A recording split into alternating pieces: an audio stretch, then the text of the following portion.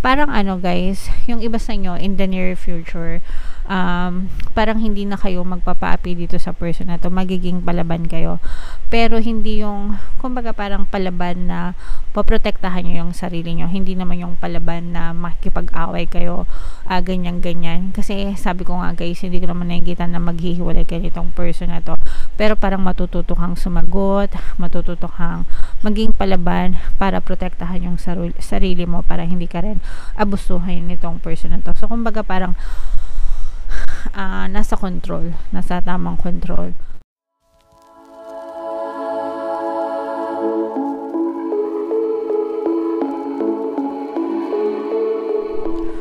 Hello guys, hello Leo, welcome back to Pinay Pixie Tarot.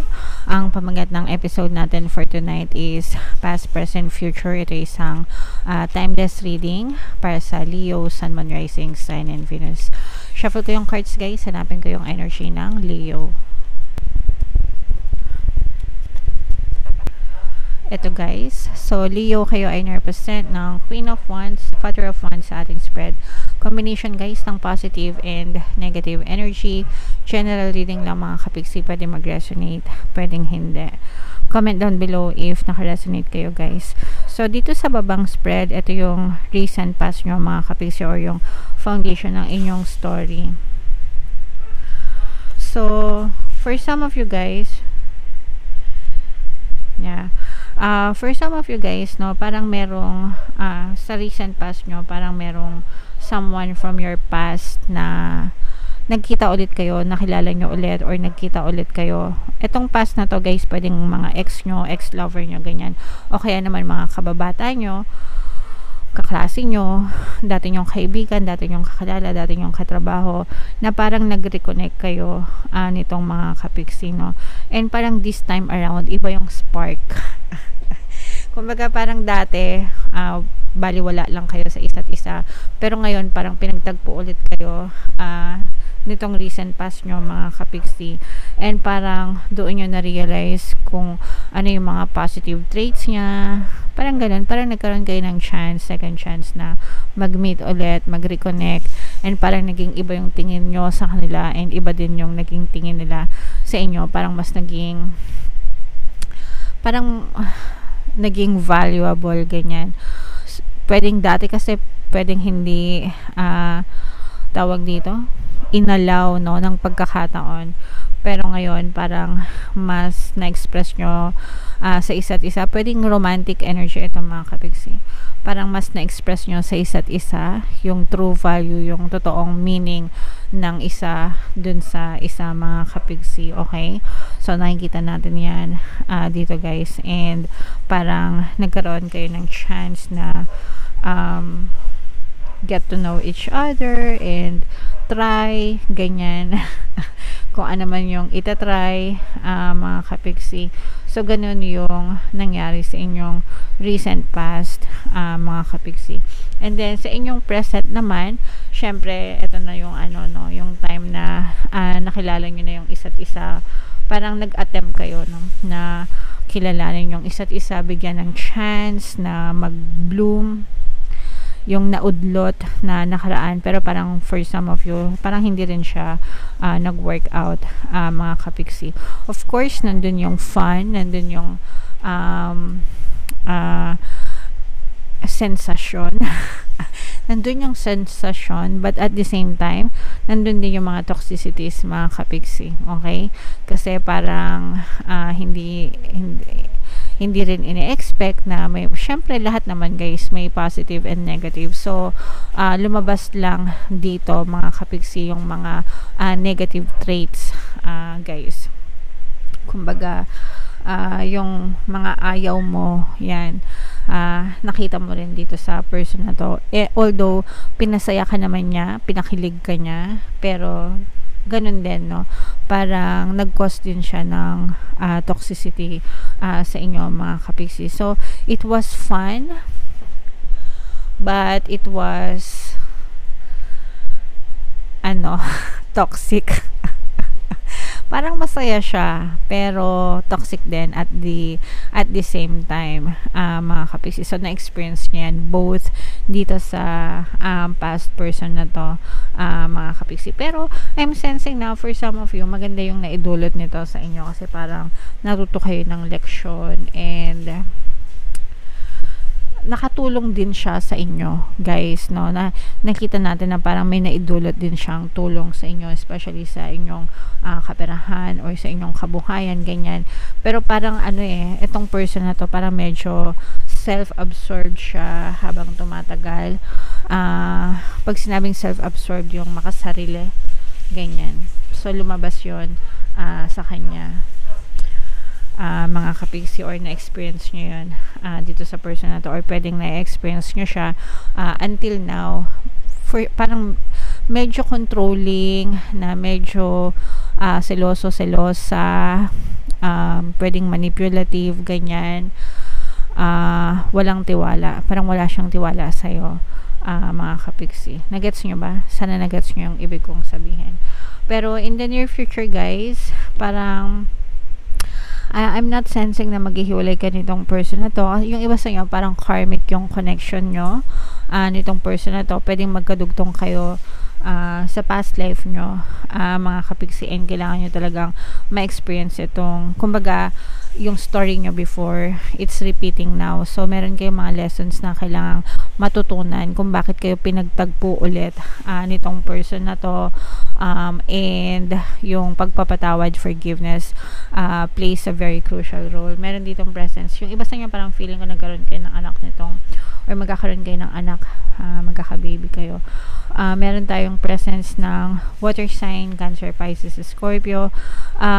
Meron parang guys, yung iba sa inyo in the near future, parang hindi na kayo magpapaapi dito sa person na to, magiging palaban kayo.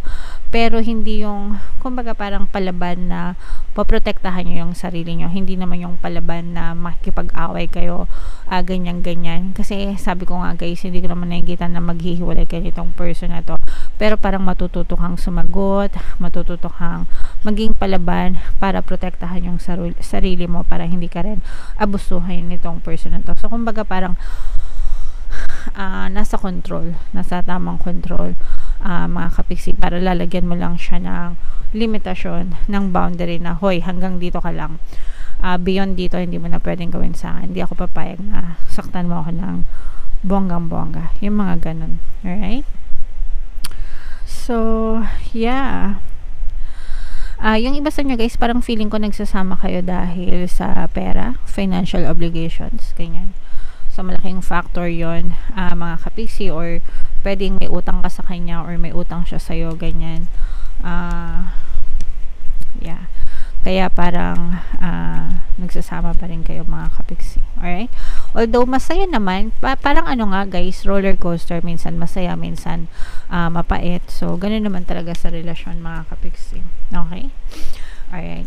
So, tingnan natin, guys, yung additional na mensahe sa inyo gamit itong deck na to. Shuffle ko muna. Habang sinashuffle ko to, guys, panoorin nyo muna itong video natin regarding sa ating paano mag-manifest ng abundance video course. Kapiksi, sawa ka na ba sa mga struggles at hirap sa buhay mo? Masipag ka ba at masikap sa buhay ngunit hindi ka pa rin umaasenso? Ilang beses ka na bang nag-attempt magnegosyo at mag-invest pero palagi ka pa rin nalulugi? Sa pagkakataon na ito ay maaaring may subconscious beliefs ka na nagiging balakid sa iyong pag-unlad at pagyaman. Introducing, paano mag-manifest ng abundance video course.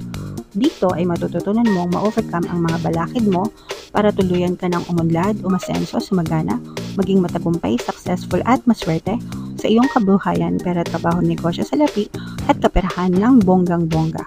Dali, mag-send na ng email sa pinoypixitaro@gmail.com at simulan na ang iyong pagyaman ngayon. Alright, so sabay-sabay tayo magpayaman, mga kapiksi. Mag-avail na kayo ng course, guys, kasi sobrang ganda talaga niyan.